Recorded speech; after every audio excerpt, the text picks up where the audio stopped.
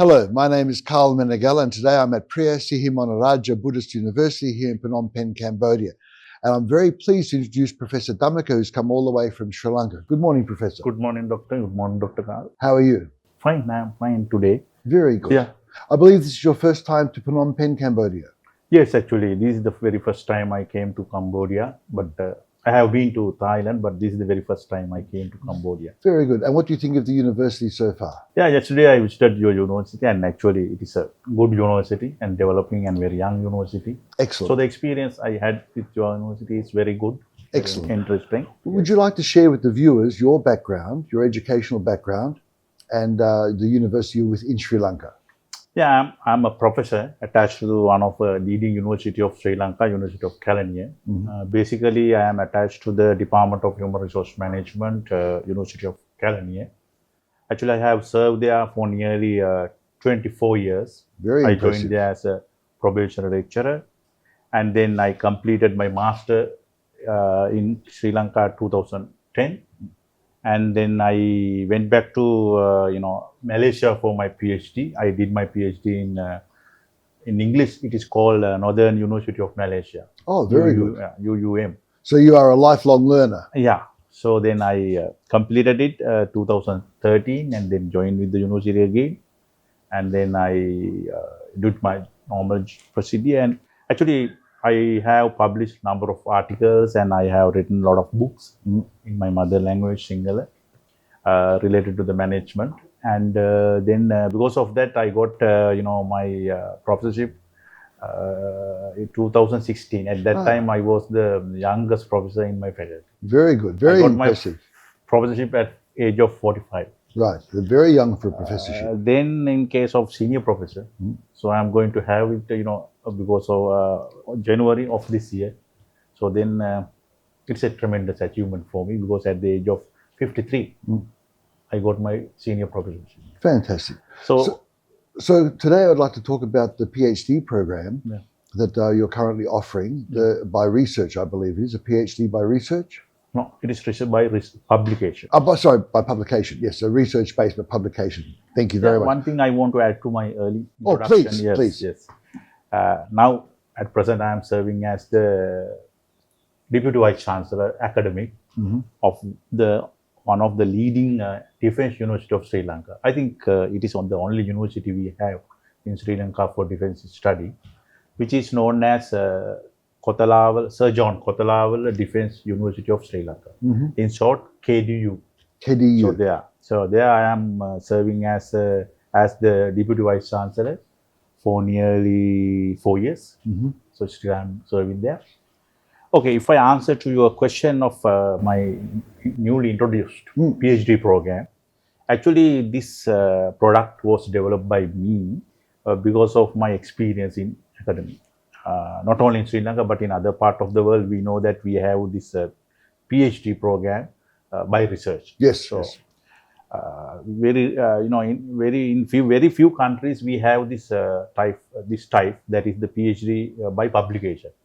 So I thought that given the situation of the world and that is the first thing. The second thing is I feel that I can make a good contribution if I introduce this PhD program by publication. So that is why I developed this concept and then I send it to the university, your university, PSB, and then they accepted it. It's a good sign actually. Very good sign. So then I think in the future, I can introduce this program for the student throughout the globe.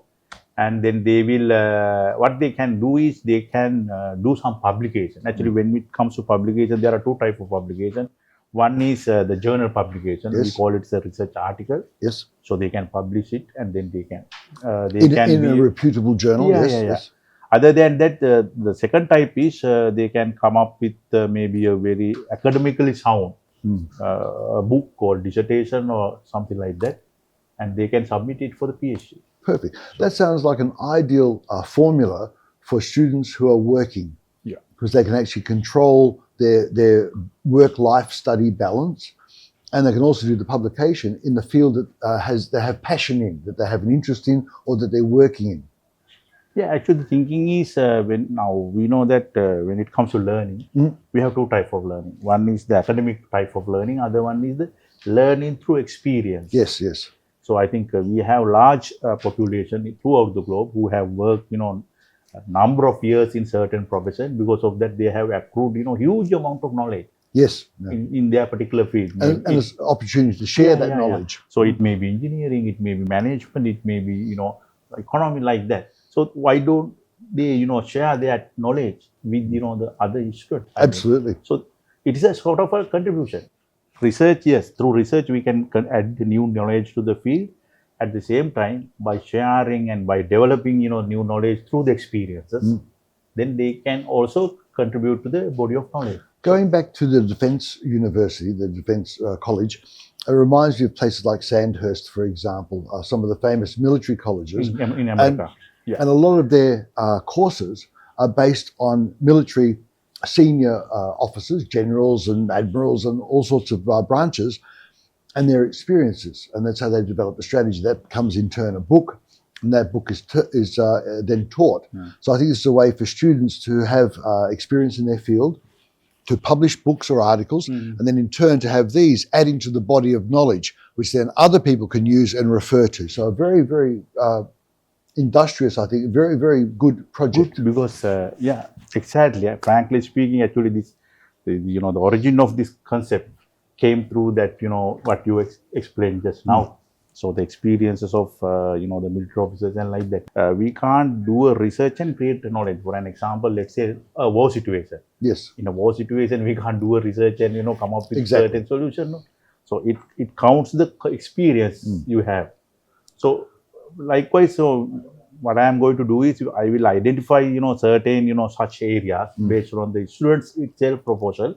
And then I will let them to do a sort of a publication.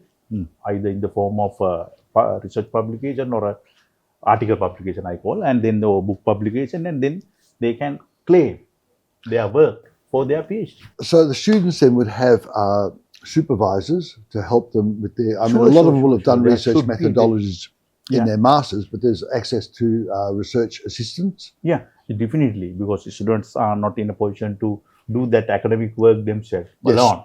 So definitely we have to allocate, or we have some supervisors for them. The supervisor will guide them, but not as a research work. Yes, I understand. This is something different. So then they will guide them and they will direct them in the right way. And then after maybe a period of 3 years, they will come up with a good publication. Perfect. So they can submit it to the university.